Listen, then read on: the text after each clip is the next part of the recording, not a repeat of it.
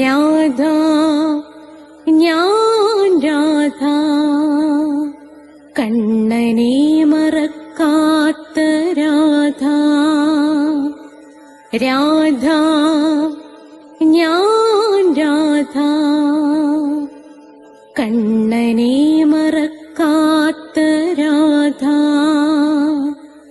വൃന്ദാവനം നീ മറന്നോ, മധുരയെ നീ മറന്നോ.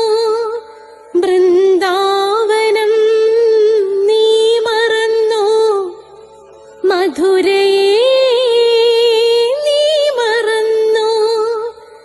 രാധയെ നീ മറന്നോ, കണ്ണാ പൈക്കളെ നീ മറന്നോ.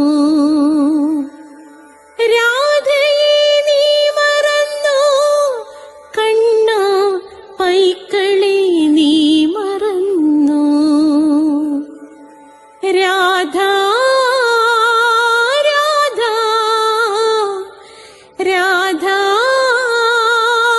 രാധ,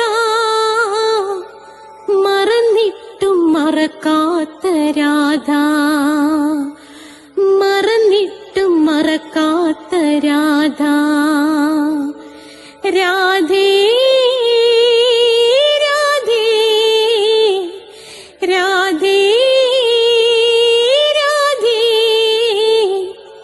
മറന്നിട്ടും മറക്കാത്ത രാധ, മറന്നിട്ടും മറക്കാത്ത രാധ.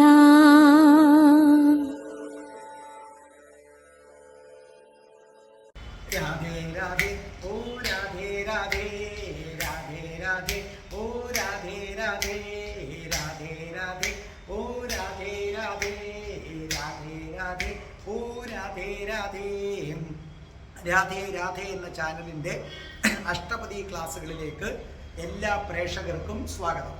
ഇന്ന് നമുക്ക് 103ാമത്തെ എപ്പിസോഡിലേക്കാണ് നമ്മൾ കടക്കുന്നത് എന്ന് മാത്രവുമല്ല, ഇന്ന് അതിപ്രധാനപ്പെട്ട ശ്ലോകം, അഷ്ടപതിയിലെ ഏറ്റവും പ്രധാനപ്പെട്ട ശ്ലോകം ഏതെന്ന് ചോദിച്ചാൽ അതിലേക്കാണ് നമ്മൾ കടക്കുന്നത്. ആ ഒറ്റ ശ്ലോകം നിങ്ങൾ ചൊല്ലിയാൽ മതി, നിങ്ങളുടെ സകല ജന്മാന്തര പാപങ്ങളും കത്തിയെരിയും. അത് എങ്ങനെ ചൊല്ലണം എന്ന് ഞാൻ പറഞ്ഞു തരാം. ഇത് സബ്സ്ക്രൈബ് ചെയ്താൽ എല്ലാ തിങ്കളാഴ്ചയും 12 മണിക്ക് നാരായണീയത്തിൻ്റെ ക്ലാസ് ലഭിക്കും. ചൊവ്വാഴ്ച കൃഷ്ണൻ്റെ ക്ലാദിനി ശക്തിയും കാമുകിയുമായ രാധയുടെ ജനനം മുതൽ മരണം വരെയുള്ള ജീവിത കഥ നിരവധി റിസർച്ച് നടത്തി അവതരിപ്പിക്കുകയാണ്. ഒരു വെബ് സീരിയൽ പോലെ അവതരിപ്പിക്കുകയാണ്. ഇപ്പോൾ അത് ഏതാണ്ട് 134 എപ്പിസോഡ് പിന്നിട്ടിരിക്കുകയാണ്. നിങ്ങളത് കണ്ടു തുടങ്ങുക. സമയം കിട്ടുമ്പോൾ ഒന്ന് കാണുക. അതേ കണക്ക് എല്ലാ ബുധനാഴ്ചയും, അത് മറക്കരുത്, മരണത്തിൻ്റെ രഹസ്യം തേടിയുള്ള യാത്ര, മരണത്തിൻ്റെ രഹസ്യം എന്താണെന്ന് കണ്ടെത്തിയ ഒരേ ഒരു പുസ്തകമേ ഉണ്ടായിട്ടുള്ളൂ. ആ പുസ്തകമാണ് കഠോപനിഷത്ത് എന്ന് പറയുന്നത്. ആ കഠോപനിഷത്ത് പഠിപ്പിക്കുകയാണ്. എല്ലാ വ്യാഴാഴ്ചയും അഷ്ടപതി, എല്ലാ വെള്ളിയാഴ്ച ദിവസങ്ങളിലുമാണ് മോക്ഷം കിട്ടുന്നവർക്ക് വേണ്ടി ഏതുള്ളത്, ധമ്മപദം എന്ന ക്ലാസ് ഉള്ളത്. പിന്നെ ഇംഗ്ലീഷ് സംസാരിക്കാൻ ആഗ്രഹിക്കുന്നവർക്ക് സ്പോക്കൺ ഇംഗ്ലീഷിൻ്റെ വീഡിയോ ഉണ്ട്. എൻ്റെ അടുത്ത് വന്ന് പഠിക്കണമെന്നുള്ളവർക്ക് ഞാൻ കൊല്ലത്താണ്, നിങ്ങൾക്ക് നേരിട്ട് വന്ന് പഠിക്കാവുന്നതാണ്. ഇവിടെ ഹോസ്റ്റൽ സൗകര്യങ്ങളൊക്കെ ഉണ്ട്. ആൺകുട്ടികൾക്കും പെൺകുട്ടികൾക്കും പുരുഷനും സ്ത്രീക്കുമൊക്കെ പ്രത്യേകമായിട്ട് ഹോസ്റ്റൽ സൗകര്യങ്ങളുണ്ട്. അപ്പോൾ നിങ്ങൾക്ക് ഇവിടെ വന്ന് എന്ത് ചെയ്യാവുന്നതാണ്, എൻ്റെ അടുത്ത് വന്ന് പഠിക്കാവുന്നതാണ്. അതുകൂടാതെ ജ്യോതിഷമുണ്ട്. ഓരോ മാസത്തിൽ ജനിച്ചവരുടെ ഫലം, ഓരോ നക്ഷത്രത്തിൽ ജനിച്ചവരുടെ ഫലം ഞാൻ കൊടുത്തിട്ടുണ്ട്. അത് നിങ്ങൾ നോക്കുക. ജ്യോതിഷപരമായ എന്ത് സംശയത്തിനും എൻ്റെ നമ്പർ ഡിസ്ക്രിപ്ഷൻ ബോക്സിലുണ്ട്. 9645333999 എന്നതാണ് എൻ്റെ നമ്പർ. ആ നമ്പറിലേക്ക് എന്നെ വിളിച്ചു കഴിഞ്ഞാൽ തികച്ചും സൗജന്യമായിരിക്കും ജ്യോതിഷ ഉപദേശങ്ങൾ. അതുകൂടാതെ നിങ്ങൾ പ്ലേലിസ്റ്റ് എടുത്താൽ അഷ്ടാവക്ര ഗീതയുണ്ട്, നിശ്ചയമായും കാണണം. ഹിന്ദുക്കൾ അറിയേണ്ടവ എന്ന ഹെഡിങ്ങിൽ ഉണ്ട്, അത് കാണണം. അതേ കണക്ക് തന്നെ ഭക്തമീരയെക്കുറിച്ചുള്ളുണ്ട്. ശ്രീബുദ്ധൻ്റെ കഥകളുണ്ട്. ശ്രീബുദ്ധൻ്റെ ജനനം മുതൽ മരണം വരെയുള്ള ജീവിത കഥ ഞാൻ അവതരിപ്പിച്ചിട്ടുണ്ട്, നിങ്ങളത് കേൾക്കുക. അതേ കണക്ക് ജനറൽ എന്ന ഐറ്റം ഉണ്ട്, അതും കാണുക. അപ്പോൾ നമുക്ക് പ്രാർത്ഥിച്ചിട്ട് തുടങ്ങാം. ഓം മഹാഗണപതേ നമഃ. ഓം ശ്രീ രാധാകൃഷ്ണായ നമഃ. ഓം രാധായൈ സ്വാഹ. രാധേ രാധേ ഓ രാധേ രാധേ രാധേ രാധേ ഓ രാധേ രാധേ രാധേ രാധേ ഓ രാധേ രാധേ രാധേ രാധേ ഓ രാധേ രാധേ രാധേ രാധേ ഓ രാധേ രാധേ രാധേ രാധേ ഓ രാധേ രാധേ. ബർസാനെ വാലി രാധാറാണി കി ജയ്. എൻ്റെ മാതാവ് രാധാറാണിക്ക് ജയ്. എനിക്ക് സർവ്വ ഐശ്വര്യങ്ങളും വാരിക്കോരി തരുന്ന എൻ്റെ പൊന്ന് രാധാറാണി അമ്മക്ക് ജയ്.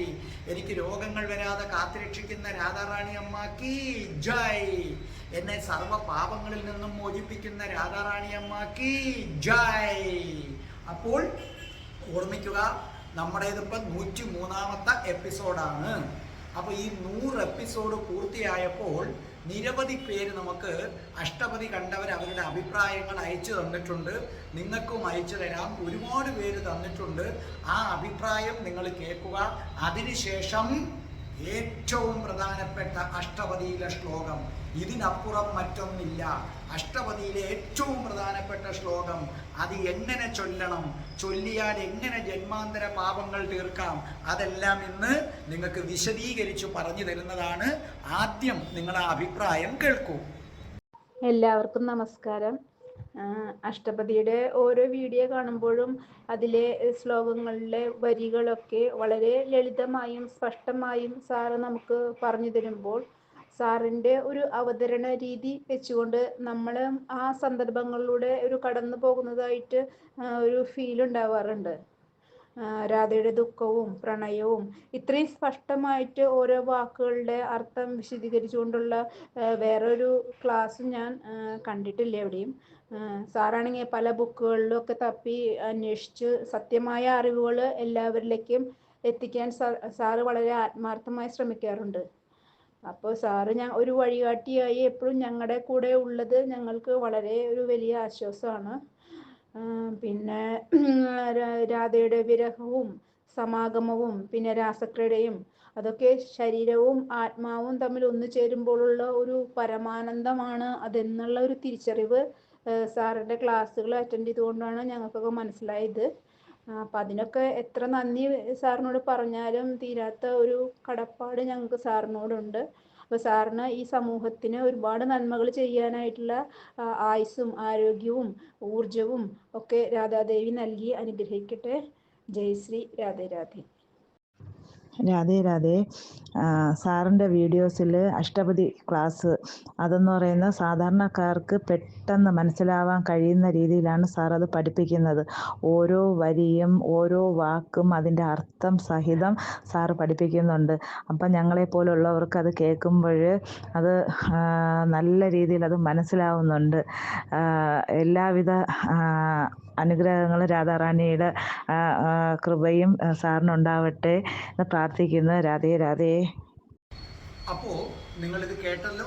ഞാൻ ഒരിക്കൽ കൂടി ഓർമ്മിപ്പിക്കുകയാണ്, വരുന്ന ഞായറാഴ്ച ഓഗസ്റ്റ് 31 രാധാഷ്ടമിയാണ്. എല്ലാവരും വ്രതമെടുക്കണം.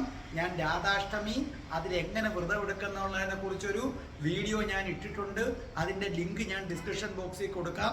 അതില്ല എന്നുണ്ടെങ്കിൽ നിങ്ങൾ എന്നെ വാട്സപ്പിനകത്ത് എന്നെ 96453339 അതിലേക്കൊരു മെസ്സേജ് അയച്ചാൽ ഞാൻ ലിങ്ക് ഇട്ട് തരാം. പ്ലേലിസ്റ്റ് എടുത്താൽ രാധാഷ്ടമി എന്ന് കിടപ്പുണ്ട്. നിങ്ങൾ അതിലെ വിധിപ്രകാരം പൂജിച്ചാൽ സർവ്വ ഐശ്വര്യങ്ങളും നിങ്ങൾക്ക് ലഭിക്കും. എന്ത് സംശയം ഉണ്ടെങ്കിലും ചോദിക്കാം. പിന്നെ കുറച്ച് പേര് ചോദിച്ചിട്ടുണ്ട്, സാറേ ഈ തൈര് അപ്പോൾ പാല് ഇതൊക്കെ വെക്കുന്ന പാത്രം ഒരു കാര്യം ശ്രദ്ധിക്കുക, ഏത് പാത്രമായാലും മതി. സ്റ്റീൽ പാത്രമാകാം, മൺകുടമാകാം. ഈ മൺകുടമാണെങ്കിൽ ഭഗവാന് കുറേ കൂടി ഇഷ്ടമാണ്. പക്ഷെ ഒരു കാര്യം, ഇതിനു മുമ്പ് ഉപയോഗിച്ചതായിരിക്കരുത്, അത്രമാത്രം പുതിയതായിരിക്കണം എന്ന് മാത്രം. ഇതൊന്നുമില്ലെങ്കിലും നിങ്ങൾ സങ്കല്പിച്ചാൽ മതി, അപ്പോൾ എടുക്കുക.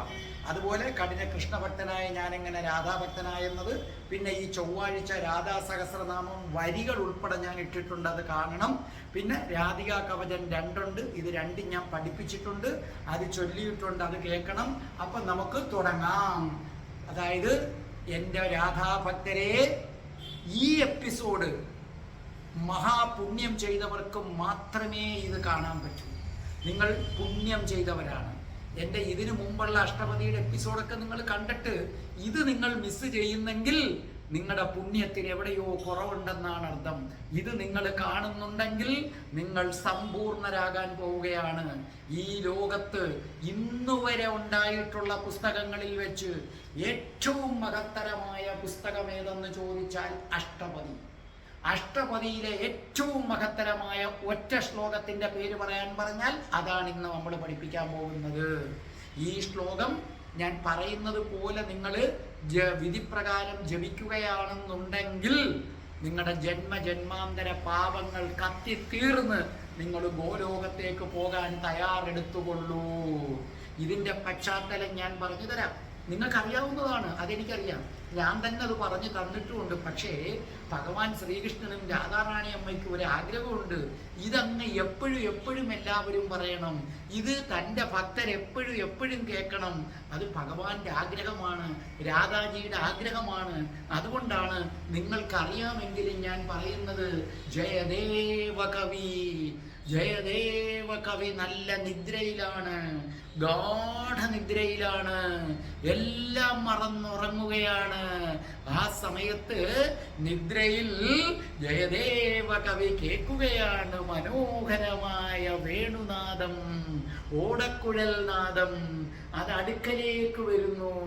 അതോടൊപ്പം കൊലുസിന്റെ ശബ്ദം, കൊലുസിന്റെ ശബ്ദവും ഓടക്കുഴൽ നാദവും അടുത്തു വരുന്നു.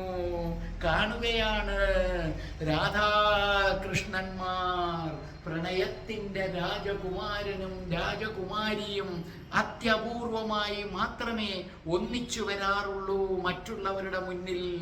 ആ മഹാഭാഗ്യം കിട്ടിയിരിക്കുന്നു. ജയദേവ കവി കൈകൾ കൂപ്പി ഭഗവാൻ ശ്രീകൃഷ്ണൻ വിളിച്ചു ശാന്തമായി. ജയദേവ, നിന്റെ ജന്മോദ്ദേശം നിറവേറ്റാനുള്ള സമയമായിരിക്കുന്നു.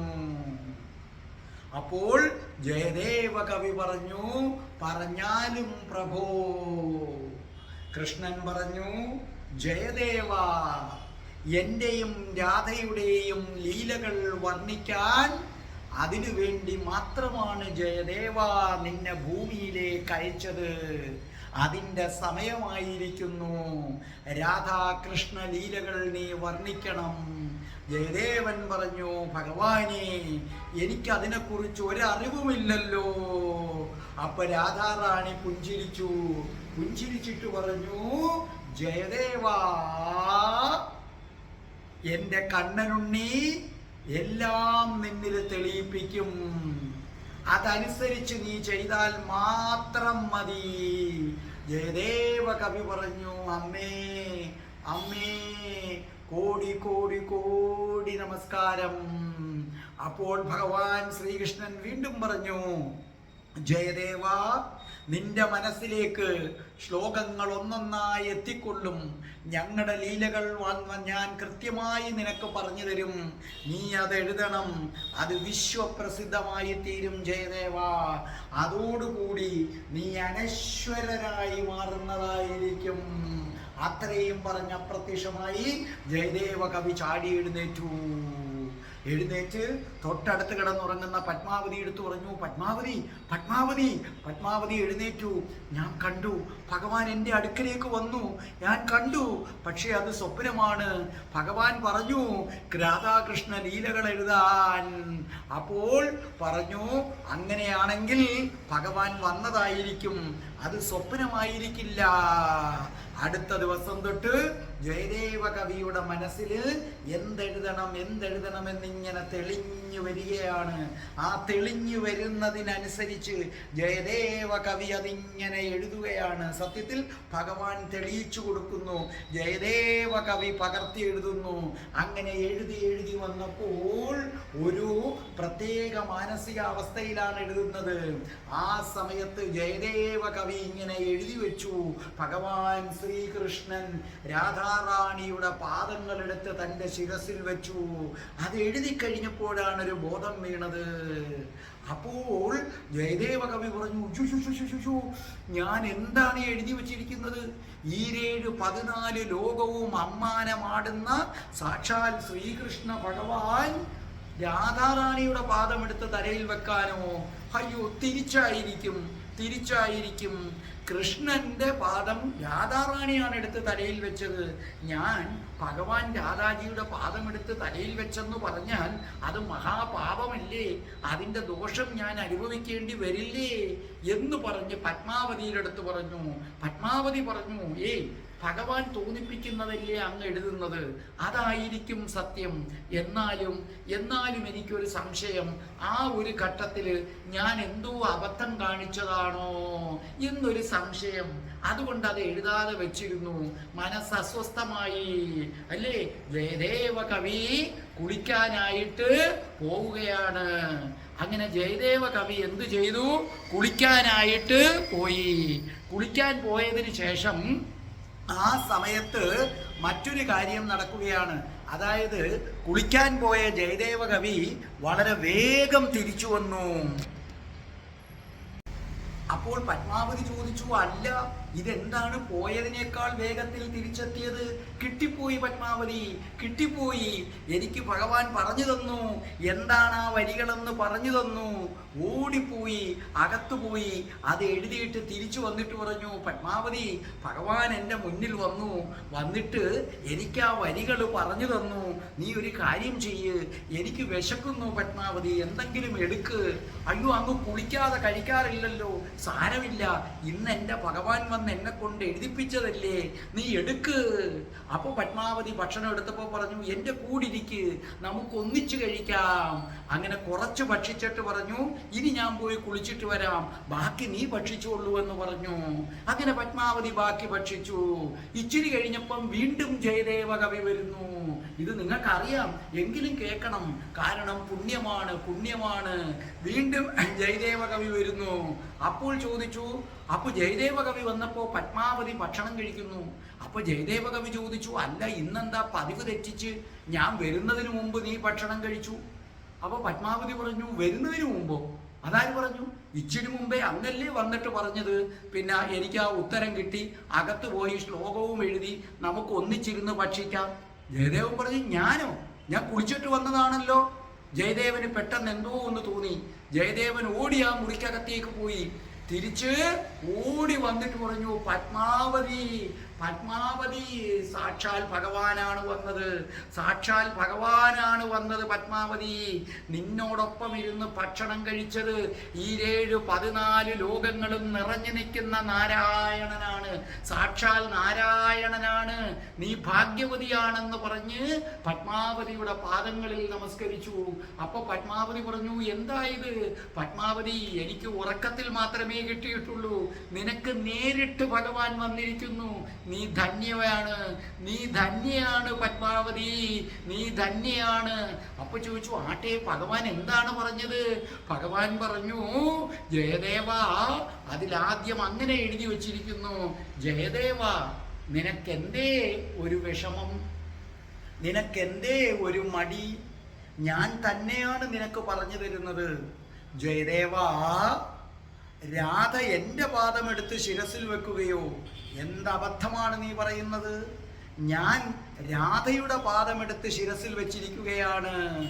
രാധയുടെ പാദത്തിൻ്റെ മഹിമ നിനക്കൂഹിക്കാൻ കഴിയുന്നതിനും അപ്പുറമാണ് ജയദേവ. അതിനാൽ ഈ ശ്ലോകം ഞാൻ തന്നെ എഴുതിയിരിക്കുകയാണ്. ജയദേവ, യാതൊരു മടിയും വേണ്ട. രാധയുടെ പാദം ഞാനാണ് എടുത്തു വെച്ചത് എൻ്റെ ശിരസിലേക്ക്. അപ്പോൾ പത്മാവതി പറഞ്ഞു, ആ വരികളൊന്ന് ചൊല്ലൂ, എനിക്ക് നൃത്തം ചവിട്ടണം. ആ വരികൾക്കനുസരിച്ച് എനിക്ക് നൃത്തം ചവിട്ടണം. വേഗം ചൊല്ലൂ ആ വരികൾ. ഏതാണ് ആ വരികൾ? ജയദേവൻ പറഞ്ഞു, പറയാം, ഞാൻ പറയാം പത്മാവതി, ഞാൻ പറയാം, നീ നൃത്തം ചവിട്ടൂ. പത്മാവതി ചേരയൊക്കെ എടുത്ത് ഇടുപ്പിന് കുത്തി നൃത്തം ചവിട്ടാൻ തയ്യാറായി നിന്നു. ജയദേവൻ ആ വരികൾ ചൊല്ലാൻ പോവുകയാണ്. അതെ, ഭഗവാൻ എഴുതിയ ശ്ലോകം ഇതാ. ജയദേവൻ പറയുന്നു, അതിനനുസരിച്ച് ആര് നൃത്തം ചവിട്ടാൻ പോകുന്നു? പത്മാവതി നൃത്തം ചവിട്ടാൻ പോകുന്നു. അപ്പൊ പത്മാവതിക്ക് തിടുക്കമായി, എവിടെ ആ ശ്ലോകം പറയൂ, അതിനൊത്ത് എനിക്ക് നൃത്തം ചവിട്ടണം, വേഗം. സ്മരകരളഖണ്ഡനം മമ ശിരസി മണ്ഡനം മണ്ഡനം ദേഹി പദപല്ലവമുതാരം സ്മരകരളഖണ്ഡനം മമ ശിരസി മണ്ഡനം ദേഹി പദപല്ലവമുതാരം ജ്വലതി മയി ദാരുണോ മദന കഥനാനലോ ഹരതു തതുപഹിത വികാരം പ്രിയേ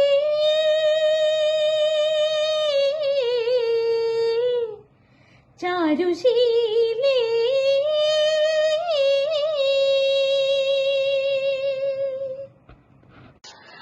സ്മരഗരളഖണ്ഡനം മമ ശിരസി മണ്ഡനം ദേഹി പദപല്ലവമുദാരം ജ്വലതി മയി ദാരുണോ മദനഗദനാരുണോ ഹരതു തതുപാഹിതവികാരം പ്രിയേ ചാരുശീലേ മുഞ്ചമയി മാനമനിദാനം സപതി മദനാനലോ ദഹതി മമ മാനസം ദേഹി മുഖകമലമധുപാനം പ്രിയേ ചാരുശീലേ മുഞ്ചമയി മാനമനിദാനം സ്മരഗരളഖണ്ഡനം മമ ശിരസി മണ്ഡനം ദേഹി പദപല്ലവമുദാരം ജ്വലതി മയി ദാരുണോ മദനഗദനാരുണോ ഹരതു തതുപാഹിതവികാരം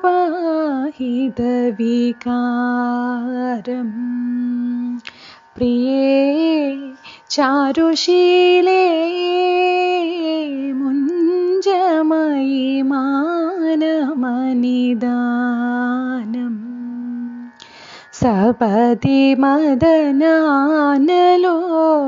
ദഹതി മമ മാനസം ദേഹി മുഖകമലമധുപാനം പ്രിയേ ചാരുശീലേ മുഞ്ചമയി മാനമനിദാനം. അപ്പോൾ നമ്മുടെ രജനിയും നമ്മുടെ കൃഷ്ണപ്രിയയും അതിമനോഹരമായി പാടിത്തന്നത് കേട്ടല്ലോ. അപ്പൊ രണ്ടുപേർക്കും അഭിനന്ദനങ്ങൾ. രജനിയുടേത് പണ്ട് നമ്മൾ ഈ വീഡിയോ ഇറക്കാൻ വേണ്ടി പാടി തന്നതാണ്. അപ്പൊ കൃഷ്ണപ്രിയയ്ക്കും അഭിനന്ദനങ്ങൾ, രജനിക്കും അഭിനന്ദനങ്ങൾ. ഇനി നമുക്ക് ആ ശ്ലോകത്തിലേക്ക് വരാം. അത് നിങ്ങൾ കേട്ടുകൊള്ളൂ. ഇതൊക്കെ എങ്ങനെ ജപിക്കണമെന്ന് ഞാൻ പറഞ്ഞു തരാം. ശ്രദ്ധിച്ചു കേട്ടുകൊള്ളൂ. സ്മര ഗരള ഖണ്ഡനം മമ ശിരസി മണ്ഡനം ദേഹി പദ പല്ലവ മുദാരം ജ്വലതി മയി ദാരുണോ മദന കഥനാരുണോ ഹരതു തതുപാഹിത വികാരം പ്രിയേ ചാരുശീലേ മുഞ്ചമയി മാനമനിദാനം സപതി മദനാനലോ ദഹതി മമ മാനസം. അർത്ഥം എഴുതിക്കോ. സ്മര ഓർമ്മ. സ്മര എന്ന് പറഞ്ഞാൽ ഓർമ്മ എന്നർത്ഥമുണ്ട്, പ്രേമം എന്നർത്ഥമുണ്ട്, കാമദേവൻ എന്നർത്ഥമുണ്ട്. മൂന്നർത്ഥമുണ്ട് സ്മരയ്ക്ക്. മനസ്സിലായില്ലേ? ഓർമ്മ, പ്രേമം, മൂന്നാമത്തെ അർത്ഥം എന്താണ്? കാമദേവൻ. ഗരളം, ഗരളം വിഷം, ഗരളം വിഷം. ഖണ്ഡനം, ഖണ്ഡനം നശിപ്പിക്കുന്നവൻ, ഖണ്ഡനം നശിപ്പിക്കുന്നവൻ. മമ ശിരസി എൻ്റെ ശിരസിന്മേൽ. മണ്ഡനം, മണ്ഡനം അർത്ഥം അലങ്കാരം. ദേഹി അർത്ഥം സ്ഥലം. പദപല്ലവം തളിരു പോലുള്ള പാദം, തളിരു പോലുള്ള പാദം. ഉദാരം, ഉദാരം മഹാമനസ്കതയുള്ള ഒരർത്ഥം. പിന്നെ ഉന്നതമായ, മഹാമനസ്കതയുള്ള പിന്നെ ഉന്നതമായ. ജ്വലതി ആളിക്കത്തുക എന്നാണ് അർത്ഥം, ആളിക്കത്തുക. മയി എന്നിൽ. ദാരുണ കാഠിന്യമുള്ള. മദനകഥനം, മദനകഥനം എന്ന് പറഞ്ഞാൽ കാമപീഠ, കാമപീഠ. അരുണൻ, അരുണൻ എന്ന് പറഞ്ഞാൽ സൂര്യൻ. മദനകഥന അരുണൻ അർത്ഥം കാമപീഠ ആകുന്ന സൂര്യൻ, കാമപീഠ ആകുന്ന സൂര്യൻ. ഹരതു ഇല്ലാതാക്കുക. ഉപഹിതം അഗ്നിബാധ പോലുള്ള ആപത്ത്, അഗ്നിബാധ പോലെയുള്ള ആപത്ത്. അപ്പോൾ ഇവിടെ പറഞ്ഞിരിക്കുന്ന എന്താ? കാമവികാരമാകുന്ന വിഷത്തെ നശിപ്പിക്കുന്ന. കൃഷ്ണൻ പറയുകയാണ്, അല്ലയോ രാധയെ, കാമവികാരമാകുന്ന വിഷത്തെ നശിപ്പിക്കുന്ന നിന്റെ മനോഹരമായ തളിരു പോലുള്ള പാദം അതെൻ്റെ ശിരസിലേക്ക് വെക്കൂ. അങ്ങനെ എൻ്റെ ശിരസിന് നിന്റെ പാദം ഒരലങ്കാരമാകട്ടെ. എന്നിൽ കഠിനമായി കാമപീഡ ഉണ്ടാകുന്നു. അപ്പൊ എന്നിൽ കാമപീഡയാകുന്ന സൂര്യൻ ഇങ്ങനെ കത്തി ജ്വലിക്കുകയാണ്. അതൊരാപത്താണ്. നിന്റെ പാദം സ്പർശിക്കുന്നതോടുകൂടി ആ ആപത്ത് ഇല്ലാതായി മാറട്ടെ രാധേ. അപ്പൊ കൃഷ്ണൻ പറഞ്ഞ ഈ അർത്ഥം മനസ്സിലായല്ലോ. ഭഗവാൻ ശ്രീകൃഷ്ണൻ സ്വന്തം കൈപ്പടയിൽ എഴുതിയ ലോകത്തെ ഏറ്റവും വലിയ ശ്ലോകത്തിന്റെ അർത്ഥം ഇതാണ്. കാമവികാരമാകുന്ന വിഷത്തെ നശിപ്പിക്കുന്ന രാധാറാണിയുടെ മനോഹരമായ തളിരു പോലുള്ള പാദം കൃഷ്ണന്റെ ശിരസിലേക്ക് വെക്കാൻ കൃഷ്ണൻ ആവശ്യപ്പെടുന്നു. കാരണം കൃഷ്ണനിൽ കഠിനമായ കാമപീഠ ആകുന്ന സൂര്യൻ കത്തി ജ്വലിച്ചു നിൽക്കുകയാണ്. അതൊരാപത്താണ്. ആ ആപത്ത് എന്ത് ചെയ്യണം? രാധാറാണിയുടെ പാദസ്പർശം കൊണ്ട് ഇല്ലാതാകണം. അതുകൊണ്ടാണ് കൃഷ്ണൻ സ്വന്തം കൈപ്പടയിൽ എഴുതിയത് സ്മരകരള ഖണ്ഡനം മമ ശിരസി മണ്ഡനം ദേഹി പദപല്ലവ മുദാരം. സ്മരകരള ഖണ്ഡനം മമ ശിരസി മണ്ഡനം ദേഹി പദപല്ലവ മുദാരം. ജ്വലതി മയി ദാരുണോ മദനകഥനാരുണോ ഹരതു തതുപാഹിത വികാരം. പ്രിയേ പ്രിയേ ചാരുശീലേ മുഞ്ചമയി മാനമനിദാനം സപതി മദനാനലോ ദഗതി മമ മാനസം. സ്മരകരള ഖണ്ഡനം മമ ശിരസി മണ്ഡനം ദേഹി പദപല്ലവ മുദാരം. രജനിയും കൃഷ്ണപ്രിയയും രണ്ട് അനുഗ്രഹീത ഗായകർ പാടിയത് കേട്ടവരാണ് നിങ്ങൾ. ഞാൻ എൻ്റെ ഒരു കാളരാഗത്തിൽ ഇത് പാടിയത് അത് വേറൊന്നും കൊണ്ടല്ല, അസാമാന്യമായ ഒരു ധൈര്യം വേണം. രജനി പാടിയിട്ടും കൃഷ്ണപ്രിയ പാടിയിട്ടും ഞാൻ പാടാൻ അത് എനിക്ക് തന്നെ അറിയാം. എൻ്റെ സ്വരം കുഴപ്പമാണെന്നും ഇവരുടെ കൂടെ ഞാൻ പാടിപ്പോയി കഴിഞ്ഞാൽ പോക്കാണെന്നും അറിയാം. പക്ഷേ ഭഗവാൻ ശ്രീകൃഷ്ണൻ സ്വന്തം കൈകൊണ്ടെഴുതിയ ആ 4 വരി, ആ ശ്ലോകം, അത് പാടാതെ എനിക്ക് എങ്ങനെ പോകാൻ കഴിയും?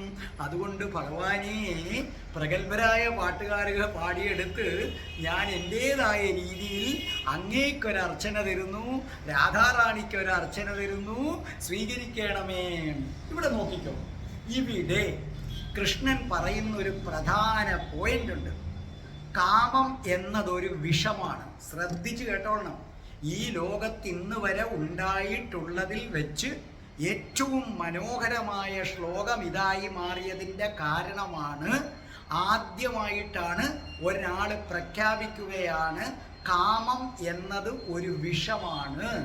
ഓർക്കണേ, കാമവും രതിയും രണ്ടും രണ്ടാണ്. ഒരു സ്ത്രീയുടെ പുറമേയുള്ള അഴക് കണ്ട് നമുക്ക് തോന്നുന്ന താല്പര്യമാണ് കാമം. പ്രണയത്തിൻ്റെ മൂർധന്യത്തിൽ തോന്നുന്ന ഒന്നാണ് രതി എന്ന് പറയുന്നത്. കാമവും രതിയും രണ്ടും രണ്ടാണ്. അപ്പോൾ ഭഗവാൻ ശ്രീകൃഷ്ണൻ പറയുന്നു, കാമം എന്നതൊരു വിഷമാണ്. രാധയെ, ഞാൻ പോലും അറിയാതെ നിന്റെ അസാധാരണമായ ശരീരവടിവ് അത് എന്നിൽ എന്തുണ്ടാക്കി, ആ വിഷത്തെ നിർമ്മിച്ചു എന്ന് കൃഷ്ണൻ ഇവിടെ സമ്മതിക്കുകയാണ്. കൃഷ്ണൻ പറയുകയാണ്, നീ അസാമാന്യമായ സുന്ദരിയാണ്, അസാമാന്യമായ നിന്റെ ആകാര സൗഷ്ഠവം എന്നിൽ കാമമുണ്ടാക്കി. ആ കാമം എന്നതൊരു വിഷമാണെന്ന് ഞാൻ തിരിച്ചറിയുന്നു രാധേ. അതിനൊരു മരുന്നുണ്ട് രാധേ. സകല ലൗകികപരമായ വിഷങ്ങളും ഒരൊറ്റ നിമിഷം കൊണ്ടില്ലാതാക്കാൻ പറ്റും രാധേ.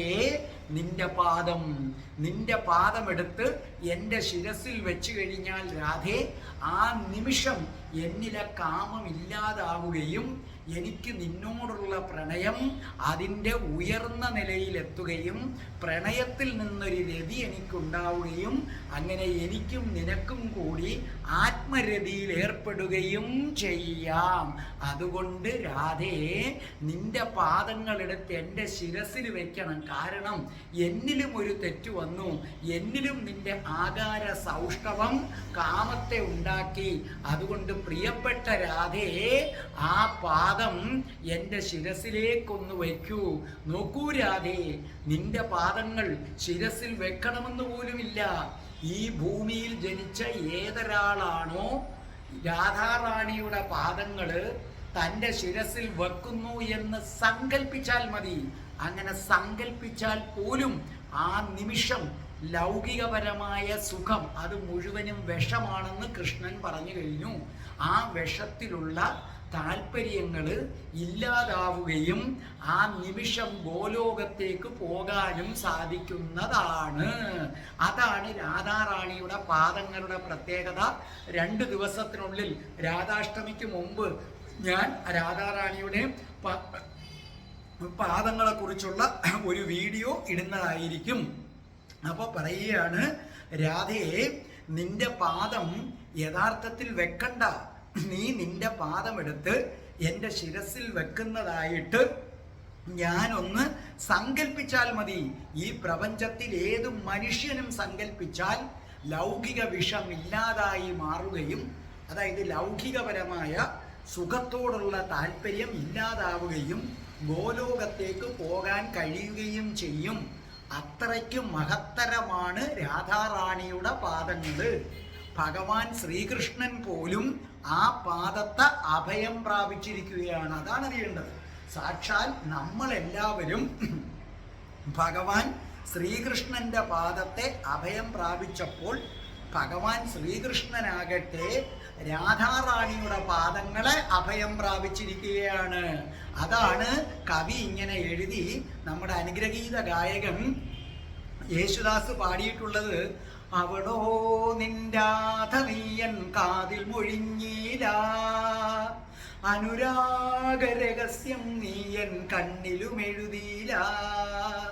അവളോ നിന്റാധനീയൻ കാതിൽ മൊഴിഞ്ഞീല, അനുരാഗരഹസ്യം നീയൻ കണ്ണിലുമെഴുതീല. അങ്ങനെയാണേൽ ഞാൻ ആ പാദം തൊഴുതു മരിച്ചേനേ, ശൃംഗാരപ്പൊരുളെ നിന്തിരുനടയിൽ ജനിച്ചേനേ. അങ്ങനെയാണേൽ ഞാൻ ആ പാദം തൊഴുതു മരിച്ചേനേ, ശൃംഗാരപ്പൊരുളെ നിന്തിരുനടയിൽ ജനിച്ചേനേ എന്ന് സാക്ഷാൽ യേശുദാസ് ഇല്ലേ. അതെങ്ങനെ? മദ്ഹത്മത് സാരംഗ് എന്ന് പറയുന്ന മധ്യമ ദിസാരംഗ, അതായത് ഒരു ഹിന്ദുസ്ഥാനി രാഗമാണ് മധ്യമവതി. അതിനകത്ത് ചിട്ടപ്പെടുത്തിയിട്ട് അവതരിപ്പിച്ചിരിക്കുന്ന ആ ഗാനത്തിൽ പറയുകയാണ്, ആ പാദം തൊഴുത് ഞാൻ മരിച്ചേനെ. അപ്പൊ ഇവിടെ കൃഷ്ണൻ പറയുകയാണ്, രാധേ, നീ എന്നെ സ്വീകരിക്കൂ രാധേ, എൻ്റെ പ്രണയം നീ അംഗീകരിക്കൂ രാധേ. ഞാൻ നിന്നോട് പ്രാർത്ഥിക്കുകയാണ്, ഇപ്പം ഞാൻ നിന്നോട് പ്രാർത്ഥിക്കുന്നത് പ്രണയത്തിന് വേണ്ടിയാണ്. എനിക്ക് ശുദ്ധ പ്രണയം തന്ന് എന്നെ അനുഗ്രഹിക്കൂ രാധേ. നിന്റെ പാദങ്ങൾ എൻ്റെ ശിരസിൽ വെച്ച് അനുഗ്രഹിക്കൂ, കൈകളല്ല രാധേ. കണ്ടില്ലേ, സാക്ഷാൽ ശ്രീകൃഷ്ണൻ പോലും ശുദ്ധ പ്രണയത്തിന് വേണ്ടി രാധാറാണിയോട് പ്രാർത്ഥിക്കുകയാണ്. കൃഷ്ണൻ ജീവിച്ച ഘട്ടത്തിൽ ഇടയ്ക്ക് വെച്ച് വൃന്ദാവനം വിടേണ്ടി വന്നതുകൊണ്ട് രാധാറാണിയുടെ പ്രണയഭാവം 100% ഉൾക്കൊള്ളാൻ പറ്റിയില്ല. അതുകൊണ്ട് വീണ്ടും എന്ത് ചെയ്തു? അദ്ദേഹം വീണ്ടും ഒരു ജന്മം കൂടി അദ്ദേഹം എടുത്തു. മനസ്സിലായില്ലേ? അപ്പോൾ വീണ്ടും അതിനു വേണ്ടി ജന്മമെടുത്ത് വന്ന ആളാണ് അദ്ദേഹം എന്ന് പറയുന്നത്. അപ്പോൾ പറയുകയാണ്, ഇവിടെ കൃഷ്ണൻ പറയുകയാണ്, രാധേ നീ ഒരു കാര്യം ചെയ്യൂ, എനിക്ക് പ്രണയം താ, ആ പ്രണയത്തിൽ ഞാൻ തിളക്കട്ടെ, തിളച്ച് അതിൽ നിന്നുള്ള രതിയിലേക്ക് വരാൻ എന്നെ അനുഗ്രഹിക്കണേ. എൻ്റെ മനസ്സിലെ ഇപ്പോഴത്തെ കാമം അതൊരു വിഷമാണ്, അതില്ലാതാകട്ടെ. രാധേ നിന്റെ പാദം തളിരുപോലെ മൃദുവാണ് രാധേ. അത് ശിരസിൽ വെക്കുകയാണെന്നുണ്ടെങ്കിൽ രാധേ ശിരസിൽ വെക്കണ്ട, മനസ്സുകൊണ്ട് ശിരസിൽ ചേർത്താലും ഉള്ളിൻ്റെ ഉള്ളിൽ ഒളിഞ്ഞു കിടക്കുന്ന ആഗ്രഹങ്ങൾ വരെ നിറവേറി എല്ലാ ആഗ്രഹങ്ങളും കെട്ടടങ്ങും. ആ കെട്ടടങ്ങാനുള്ള കഴിവ് നിന്റെ തളിര് പോലെയുള്ള ഈ പാദത്തിന് ഉണ്ട് രാധേ. ഈ പാദം തണുപ്പേകുന്നതാണ്, അല്ലേ? ഈ പാദം തണുപ്പേകുന്നതാണ്.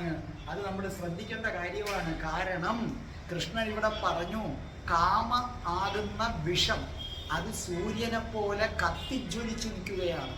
കാമം എന്ന വിഷം സൂര്യനെ പോലെ കത്തിജ്വലിച്ച് നിൽക്കുമ്പോൾ ആ കത്തിജ്വലിച്ച് നിൽക്കുന്ന ചൂടിനെ തണുപ്പിക്കാനായിട്ട് ആര് വേണം? രാധാറാണിയുടെ തളിരുപോലെ തണുത്ത പാദങ്ങൾ വേണം. ആ പാദം ശിരസിൽ വെച്ചാൽ എന്ത് സംഭവിക്കുമെന്നറിയാമോ? നമ്മുടെ ശിരസിന് ചുറ്റും ഒരു പ്രഭാവലയമുണ്ടാകും. അതായത് ആരിലാണോ കാമം നിശേഷമടങ്ങുന്നത് ആ വ്യക്തിയുടെ ശിരസിനു ചുറ്റും ഒരു പ്രഭാവലയമുണ്ടാകും. കൃഷ്ണൻ പറയുകയാണ്, തന്നിലിപ്പോൾ ആ കാമം വന്നു, അതുകൊണ്ട് ആ പ്രഭാവലയമില്ല. രാധേ നീ നിന്റെ പാദങ്ങൾ വയ്ക്കൂ, എൻ്റെ ശിരസിൽ വെക്കുമ്പോൾ എൻ്റെ കാമം ഇല്ലാതായി എൻ്റെ ശിരസിന് ചുറ്റും ഒരു പ്രഭാവലയം വരട്ടെ. ആ പ്രഭാവലയത്തെയാണ് കൃഷ്ണൻ ആഭരണം എന്ന് പറഞ്ഞിരിക്കുന്നത്. മനസ്സിലായ? അതായത് ശരിക്കും പറഞ്ഞാൽ കാമം കൊണ്ട് ഇല്ലാതായി തീർന്ന പ്രഭാവലയം രാധാറാണിയുടെ തളിരുപോലെ മൃദുലമായ പാദങ്ങൾ ശിരസിൽ വെക്കുമ്പോൾ കാമമടങ്ങുകയും പ്രണയം കത്തിജ്വലിക്കുകയും ചെയ്യും. അപ്പൊ കൃഷ്ണന്റെ ശിരസിന് ചുറ്റും വീണ്ടും ആ പ്രഭാവലയം വരും. ആ പ്രഭാവലയമാണ് ഞാൻ അലങ്കാരമായി സ്വീകരിക്കുന്നു എന്ന് കൃഷ്ണൻ പറഞ്ഞത്. ഇവിടെ കാമത്തെ പാമ്പിന്റെ വിഷമായിട്ടാണ് പറയുന്നത്. രാധാറാണിയുടെ പാദത്തിന്റെ സ്പർശം അതിൻ്റെ മറുമരുന്നായിട്ടാണ് പറയുന്നത്. അതായത് ഗരുഡന്റെ പാദസ്പർശം പാമ്പിൻ വിഷത്തിന്റെ മറുമരുന്നാകുന്നത് പോലെയാണ് കാമം എന്ന പാമ്പിന്റെ വിഷത്തിന്റെ മറുമരുന്നാണ് രാധാജിയുടെ പാദസ്പർശം. അപ്പൊ കൃഷ്ണൻ രാധാറാണിയോട് പറയുകയാണ്, രാധേ എൻ്റെ മനസ്സിലും കാമം തിളയ്ക്കുകയാണ്, അതൊരു ദോഷമാണ്, അതെനിക്കറിയാം. പ്രിയേ രാധേ നിന്റെ പാദം എൻ്റെ ശിരസിൽ സ്പർശിച്ചിട്ട് ആ പാപത്തിൽ നിന്ന് നീ എന്നെ മുക്തനാക്കണം.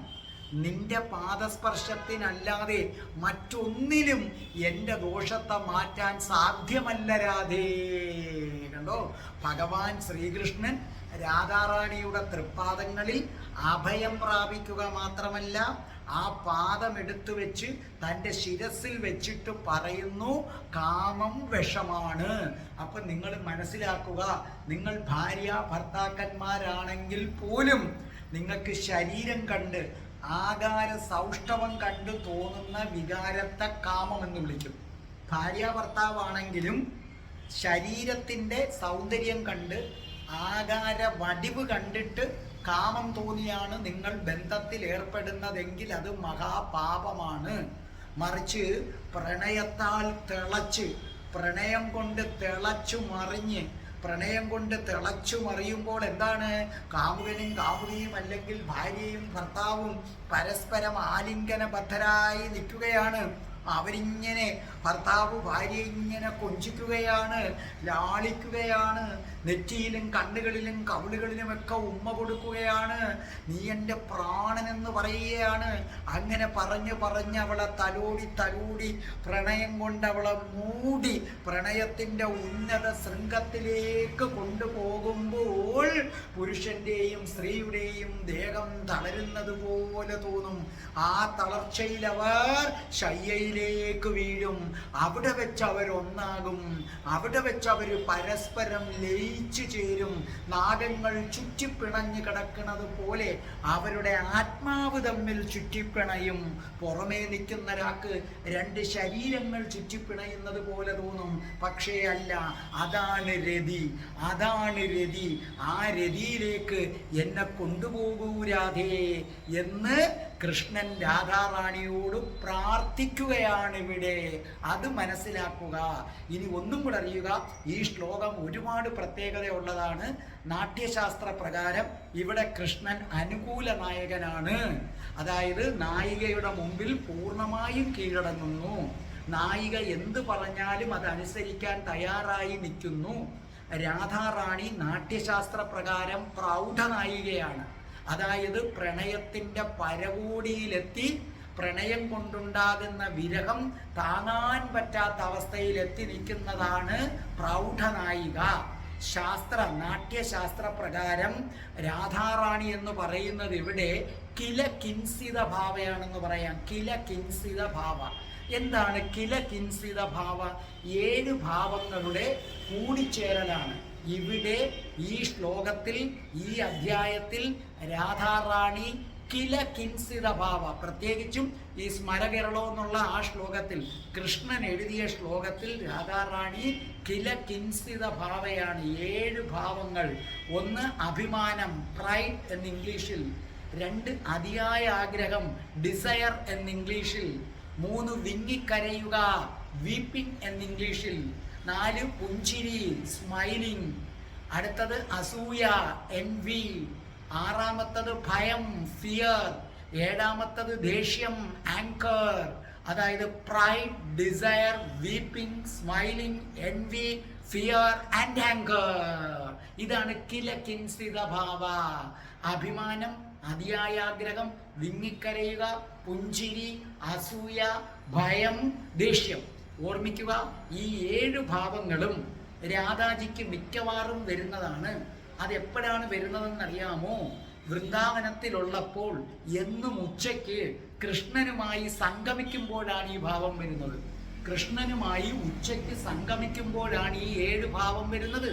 ഇത് കൃഷ്ണനല്ലാതെ ലോകത്തൊരു മനുഷ്യർക്കും അറിയില്ല. ആദ്യം മനസ്സിലാക്കുക, ഈ 7 ഭാവങ്ങളെ കുറിച്ച് അറിയാവുന്ന പ്രപഞ്ചത്തിലെ ഒരേ ഒരു വ്യക്തി കൃഷ്ണനാണ്. അതുകൊണ്ടാണ് ഈ ശ്ലോകം കൃഷ്ണൻ എഴുതിയതാണെന്ന് പറയുന്നത്. ജയദേവൻ അത് എഴുതാൻ പറ്റില്ല. ജയദേവൻ എഴുതിയാൽ ഇങ്ങനെ വരില്ല. ജയദേവൻ എഴുതിയ വരി ഇതല്ല. ആ വരിയിൽ കൃഷ്ണൻ രാധാറാണിയുടെ പാദം എടുത്തു വെക്കുന്നു. ആ വരി വെട്ടിയിട്ട് ഭഗവാൻ എഴുതി. കാരണം ഭഗവാന് മാത്രമാണ് രാധാജിയുടെ കില കിൻസിത ഭാവത്തെക്കുറിച്ച് അറിയാൻ പറ്റൂ. അപ്പൊ ഈ ശ്ലോകം ഭഗവാൻ ശ്രീകൃഷ്ണൻ സ്വന്തം കൈപ്പട കൊണ്ട് എഴുതിയതാണ് എന്നതിൻ്റെ തെളിവാണ് എന്നും ഉച്ചയ്ക്ക് കൃഷ്ണനുമായി സംഗമിക്കുമ്പോൾ രാധാറാണിക്കുണ്ടാകുന്ന 7 ഭാവങ്ങൾ, കില കിൻസിത ഭാവങ്ങൾ. ആ ഭാവങ്ങൾ ചേർത്ത് ഇത് എഴുതണമെങ്കിൽ അത് സാക്ഷാൽ ശ്രീകൃഷ്ണ ഭഗവാൻ തന്നെയാണെന്ന് മനസ്സിലാക്കുക. പിന്നെ നിങ്ങളിത് ചൊല്ലേണ്ടത് എങ്ങനെയാണെന്ന് ചോദിച്ചാൽ, ചൊല്ലുന്നതിന് മുമ്പ് ഭഗവാൻ ശ്രീകൃഷ്ണനെയും രാധാറാണിയെയും മനസാ സ്മരിക്കണം. എന്നിട്ട് ഒരു നിമിഷം കൃഷ്ണൻ രാധാറാണിയുടെ പാദമെടുത്ത് തൻ്റെ ശിരസിൽ വെക്കുന്നതായി സങ്കല്പിക്കുക. അതിനുശേഷം നിങ്ങൾ രാധാറാണിയുടെ പാദമെടുത്ത് നിങ്ങളുടെ ശിരസിൽ വെക്കുന്നതായി സങ്കല്പിക്കുക. എന്നിട്ട് കൃഷ്ണനോടും കൂടെ പ്രാർത്ഥിക്കുക, ഭഗവാനേ ശ്രീകൃഷ്ണ, എൻ്റെ ഭക്തി പൂർണ്ണമാകാൻ അനുഗ്രഹിക്കണേ, എൻ്റെ ജന്മജന്മാന്തര പാപങ്ങൾ തീരാൻ അനുഗ്രഹിക്കണേ ഭഗവാനെ. എന്നിട്ട് കൃഷ്ണൻ്റെ പാദങ്ങൾ തൊട്ടു തൊഴുകുന്നതായി വിചാരിക്കുക. അതിനുശേഷം രാധാറാണിയുടെ പാദമെടുത്ത് ശിരസിൽ വെക്കുന്നതായി സങ്കല്പിക്കുക. എന്നിട്ട് മനസ്സിരുത്തി അർത്ഥം മനസ്സിലാക്കി വേണം നിങ്ങളിത് ചൊല്ലാൻ. നിങ്ങൾക്കിനി ഒന്നും കൂടെ ഞാൻ പറഞ്ഞു തരാം. അപ്പോൾ ഇവിടെ ശ്രീകൃഷ്ണൻ പ്രഖ്യാപിക്കുകയാണ്, രാധയുടെ പാദങ്ങൾക്കപ്പുറം മഹിമയുള്ള യാതൊന്നും ഈ ലോകത്തില്ല. ആരാണോ രാധാറാണിയുടെ പാദങ്ങളെ സ്മരിക്കുന്നത് അവന് വരെ മോക്ഷം കിട്ടും. ആരാണോ രാധാറാണിയുടെ പാദങ്ങൾ സ്വന്തം ശിരസിലെടുത്ത് വെക്കുന്നു എന്ന് കരുതുന്നത് നിശ്ചയമായും അവൻ ഗോലോകത്ത് പോകും. ഓർമ്മിക്കുക, ഓർമ്മിക്കുക, നിങ്ങൾ അഹങ്കാരം കൊണ്ട് ഞാൻ കൃഷ്ണനെ മാത്രമേ ആരാധിക്കൂ, രാധാറാണിയെ ആരാധിക്കത്തില്ല എന്ന് പറയുന്നത് വിഡ്ഢികളാണ്, പമ്പര വിഡ്ഢികളാണ്.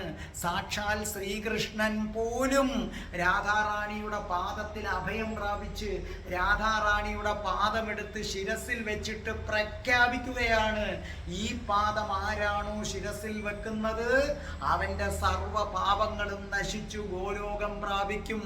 ഇനി നിങ്ങളോട് ഞാനൊരു രഹസ്യം പറയട്ടെ. നിങ്ങൾക്ക് നേരത്തെ അറിയാവുന്നൊരു കാര്യമുണ്ട്, ഗുരുവായൂരപ്പനിൽ രാധാറാണി അന്തർലീനയാണ്. അതിപ്പോൾ എല്ലാവർക്കും അറിയാവുന്ന കാര്യം. അതുകൊണ്ടാണ് കൃഷ്ണന് പലയിടത്തും ക്ഷേത്രമുണ്ട്, പലയിടത്തുമുണ്ട്. കൃഷ്ണൻ ജനിച്ച ദ്വാരകയിൽ വരെ ക്ഷേത്രമുണ്ട്. എങ്കിലും അതിനേക്കാൾ പ്രശസ്തി ഗുരുവായൂർ അമ്പലത്തിന് എങ്ങനെ വന്നെന്ന് നിങ്ങൾ ചിന്തിച്ചിട്ടില്ലേ? രാധാസമേതനാണ്.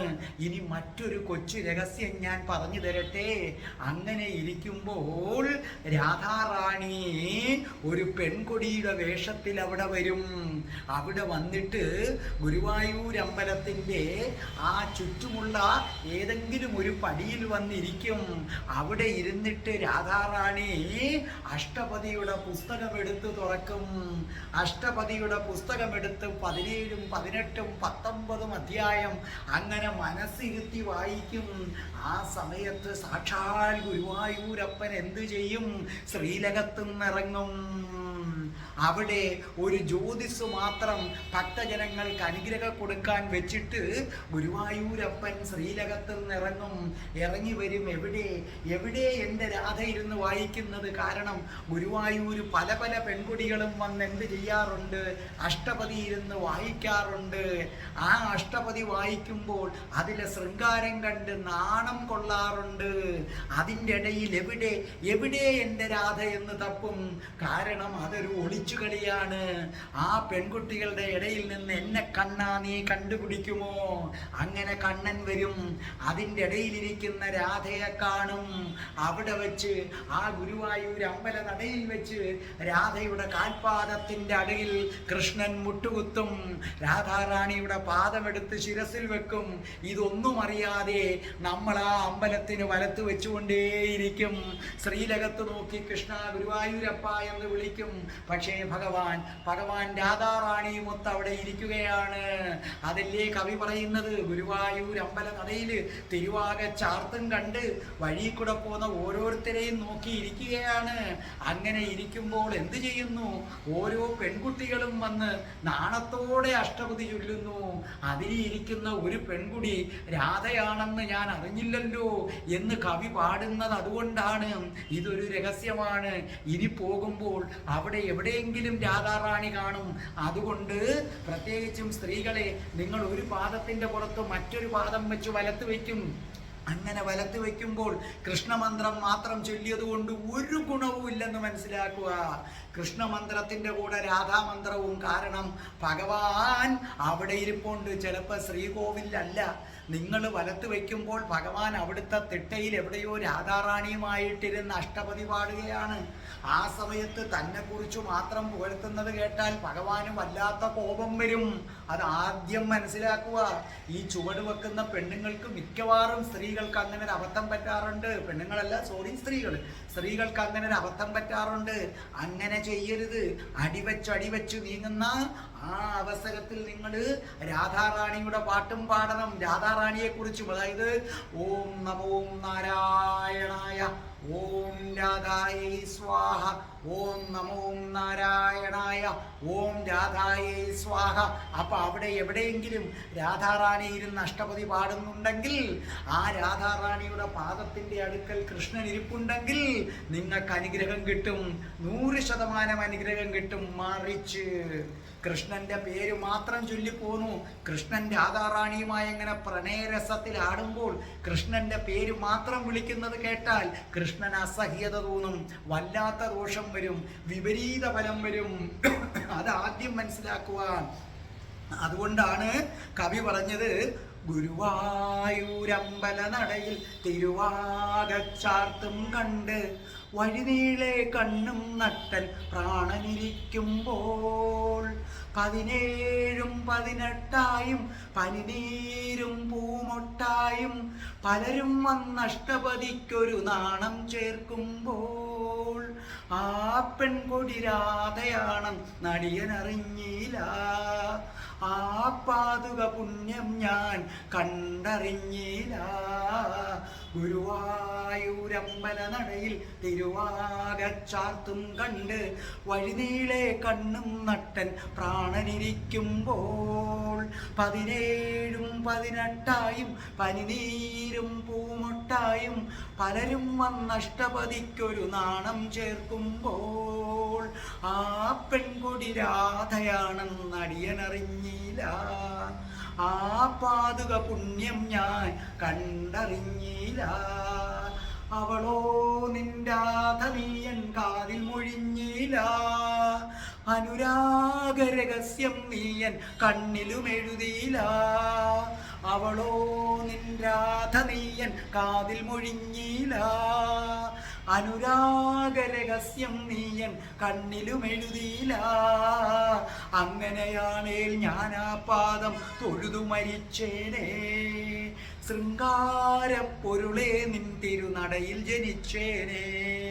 അതാണ്, അങ്ങനെ രാധാറാണിയാണെന്ന് അറിഞ്ഞിരുന്നെങ്കിൽ ആ പാദം തൊഴുതു മരിച്ചേനെ. എനിക്കും പറയാനുള്ളത് അത്രയേ ഉള്ളൂ. കൃഷ്ണ കൃഷ്ണ, ജനിച്ചാൽ ഒരിക്കൽ മരിക്കും, അതുറപ്പാണ്. എൻ്റെ രാധാറാണിയുടെ പാദം തൊഴുതു മരിക്കാൻ എനിക്കൊരവസരം തരണേ, എൻ്റെ രാധാറാണിയുടെ പാദം തൊഴുതു മരിക്കാൻ എനിക്കൊരവസരം തരണേ. ഭഗവാനേ കൃഷ്ണ, ഭഗവാനേ കൃഷ്ണ, രാധാറാണിയുടെ പാദം തൊഴുതു മരിക്കാൻ എന്നെ അനുഗ്രഹിക്കണേ കൃഷ്ണ.